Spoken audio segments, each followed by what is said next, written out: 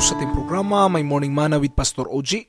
Buksan po natin itong mga Biblia sa aklat po ng Hosea, chapter 11, verse 8. Ito po pagkasabi, How can I give you up, Ephraim? How can I hand you over, Israel? My heart churns within me, my sympathy is stirred. My topic for this morning is God's love story.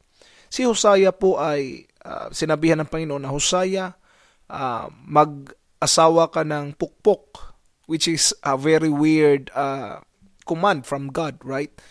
Oo nga, nag-asawa nga siya ng pukpok at ang nangyari, bawat gabi, mawawala yung misis niya. Kinaumagahan, makita niya lang sa isang lugar, kunin na naman, kinabukasan, iba na naman, which is masakit para sa isang lover na mangyayari yung ganun, no? Yung asawa mo ganun.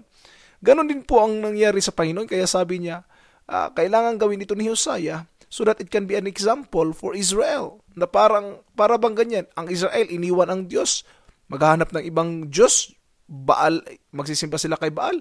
Tapos pag may problema na, balik na naman sa Diyos. Minsan ganun ang tao, di po ba? Pag okay ang buhay, walang Diyos. Pag masarap ang buhay, pag may problema na, balik sa Diyos. Ganun lang naman. Pag gumaganda uli, wala na namang Diyos, kalimutan na namang magsimba. Pag may problema na uli, may karamdaman na, balik sa Diyos.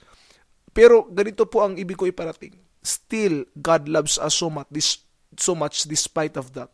Remember this, that God, the lover, does not desire to share His bride with anyone else. God wants us to be part of His family. He wants us to be His bride at ayaw niyang may kahati sa puso natin. Therefore, love God with all your heart. Give your whole being before Him. God bless po.